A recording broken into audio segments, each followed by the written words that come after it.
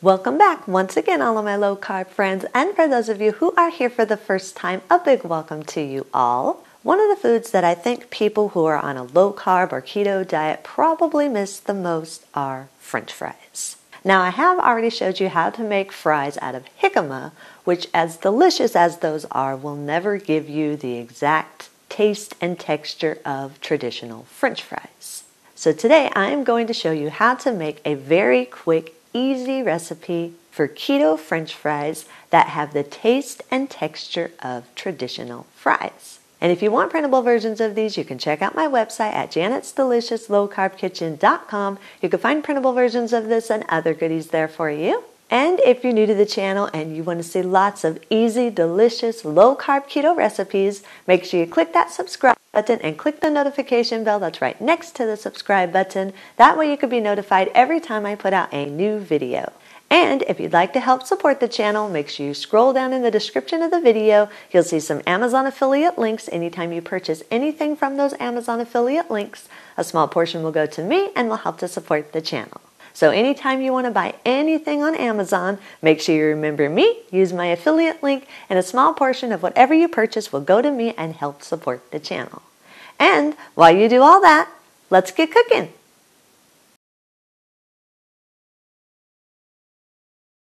Fill a small deep fryer up with oil up to the maximum line. Make sure you do check it and make sure it is no higher than the maximum line. If you don't have a deep fryer, you can use an electric skillet or you can use a large stovetop skillet. If you use a stovetop skillet, put about 1 to 2 cups of oil in the skillet, depending on how big of a skillet that you are using. You're wanting enough oil in it to be able to cover the fries once you're ready to deep fry them. If you're using the deep fryer like I am or an electric skillet, turn the heat on to about 375 degrees. If you're doing this on the stovetop, then preheat your oil over medium heat for about 7 to 10 minutes. If you have a thermometer, it should be close to 375 degrees. In a large mixer bowl, combine a half cup of coconut flour, 3 teaspoons of xanthan gum, a half teaspoon of salt, a half teaspoon of garlic powder, a half teaspoon of paprika, a half teaspoon of celery salt, and a half teaspoon of onion powder. Whisk or sift these all together until there are no lumps in the coconut flour. Now, if you don't have coconut flour or don't want to use coconut flour, you can use almond flour. But if you choose to use almond flour, you'll need to use 1 cup of almond flour or almond meal instead of the half cup of coconut flour. Also, if you do use the almond flour, almond meal actually works really nice with this. It gives it a really nice texture. You can still do it with almond flour, no problem, but if you like a more firm texture, almond meal does really nice if you're choosing to use the almond instead of the coconut flour. Once your dry ingredients are all sifted together, gradually add in about a half cup of hot water. You do want this to be hot, and you do want to add this in small amounts. I usually do 2 tablespoons at a time, stir it together until it's combined, 2 more tablespoons until the full half cup of hot water is combined. Again, you do want this hot. This helps the xanthan gum to smooth out easier and to bind better. And if you're using the almond flour or almond meal instead of the coconut flour, you'll only need about 6 tablespoons of hot water rather than a half cup. Coconut flour is a lot more absorbent, so you do have to use a little bit more water. After you've added the half cup of hot water to the coconut flour or the 6 tablespoons of hot water to the almond flour or almond meal, if your dough still feels dry and the ingredients are not sticking together, you can add a little bit more hot water if needed. Just be careful not to add too much because you don't want to water down your dough and you don't want it to become super sticky. The xanthan gum can become super sticky if you add too much water. So what you're looking for is for the dough to be moist enough that all the ingredients are sticking together 100% and not crumbling or falling apart at all. So for me, the half cup of hot water with the coconut flour was perfect, and the 6 tablespoons of hot water with the almond flour or almond meal was perfect. I made them both ways. So once you've stirred everything together and you have a soft, smooth dough, roll the dough all together to form a large ball. Then use your hands and massage the dough just a few times just to make sure that everything is fully combined and everything is smooth and sticking together. If you're massaging it and big chunks of the dough are crumbling off, then you'll know that you need to add a little bit more water. As you're massaging it, you should be feeling the dough getting more smooth and everything sticking together really well. Place the dough back into the bowl and let it rest at room temperature uncovered for about 15 minutes. This just helps the xanthan gum to really set in and really help bind your ingredients all together so that it doesn't fall apart when you go to fry it. Once the dough has rested, take small portions of the dough in your hand and roll them between the palms of your hands to form a log of your desired thickness and your desired length. Think about how thick and how long you want your fries to be. I rolled them out to roughly about a 1/4 inch thick, give or take a little bit, and I made mine various sizes in length.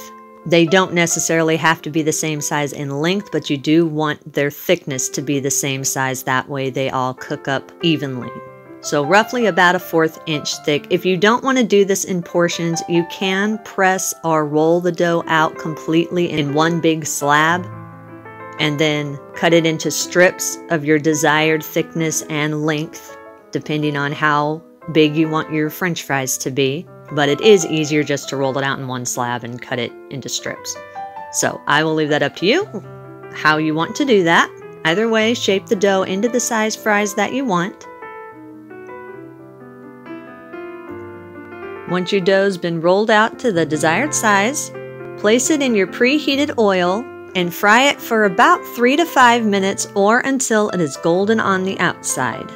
Now, if you're doing this on a stovetop and you didn't put enough oil in to fully cover your French fries, then fry them 3 minutes on one side and 3 minutes on the other side. But if you have put enough oil in to fully cover your French fries like you need to, then only 3 to 5 minutes total, depending on how crispy you want your French fries to be. For me, 3 minutes was perfect. Whether I was using the coconut flour or the almond flour, 3 minutes was perfect for me. That gave me the closest texture to a traditional French fry. I will say if you use the almond flour or the almond meal, you will have a more firm French fry. The coconut flour gives it the closest texture to a traditional French fry, but the almond flour gives you a more firm French fry. They both taste great, but it all depends on the type of texture that you want. If you want more of a firm French fry, almond flour and almond meal is the way to go. If you want more of the traditional texture, coconut flour is the way to go. Make sure you keep an eye on these while they are frying, especially if you're doing on stovetop, because if you're doing on stovetop, your oil can get hot really fast, whereas if you're using a deep fryer or an electric skillet, those monitor your heat so it's not going to go above 375 degrees. But if you're doing stovetop, basically your oil keeps heating and heating. So make sure you keep an eye on it. These get done real fast. What you do not want to do is you do not want to overcook them, because if you overcook them, you'll basically end up with a mini breadstick, which tastes good, but not the texture that you're going for here. Also, when you are cooking these, make sure you cook them in a single layer. Do not stack them on top of each other. When you're using a deep fryer, the basket is only so big, but don't try to fit them all in there at once because you'll end up with a clumped mess. So in a single layer when you are cooking these. Once your French fries are all done frying and they're nice and golden on the outside, line a large paper plate with napkins or paper towels and place the fries onto the lined paper plate so that if there is any excess oil, it can drip off. That way you don't get soggy fries. Once they are all done cooking and they've been drained of any excess oil, place them on a serving plate with your favorite foods. They go great with burgers, chicken strips, anything you want, they go great with. If you do have any leftovers, you can store them in a Ziploc bag or an airtight container at room temperature for up to 3 days. If you want to rewarm them, I just pop them in the microwave for about 15 seconds. And they rewarm really fast. And eat and enjoy.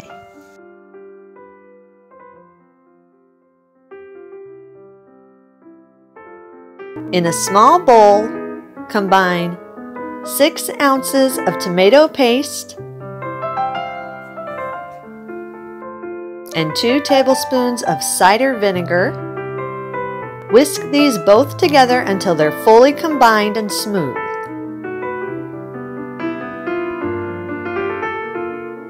Add about 1/8 of a teaspoon of pepper, more or less depending on how much of a pepper taste you want in your ketchup. 1 tablespoon of monk fruit sweetener or a sweetener of your choice. Again, you can put more or less of the sweetener depending on how sweet tasting you want your ketchup. 1 teaspoon of salt. 1 teaspoon garlic powder. 1 teaspoon onion powder. Whisk these together until all the seasonings are fully distributed in the ketchup and everything is fully combined and smooth. And a 1/2 tablespoon of water. Whisk these together until fully combined and smooth. Now after you whisk everything together, if you still think that this is too thick, you can add water about a 1/2 tablespoon at a time until it's the desired consistency that you want. I usually use around 2 tablespoons of, I don't like my ketchup extremely thick, but I don't like it super runny either. I like it somewhere in between. So about 2 tablespoons works good for me, but you add as much water as you think you need to make it your desired consistency. Then spoon it into a mason jar or an airtight container and store it in the refrigerator for up to 1 week. And eat and enjoy. And that's our recipe of the day. I hope you enjoyed it. If you did and you want to see more videos like this, make sure you click that thumbs up like button, click that subscribe button, leave me a comment if you want to. Let me know if there's any recipes that you'd like to learn how to make, and I'll do what I can to get those out there for you. And as always, keep cooking.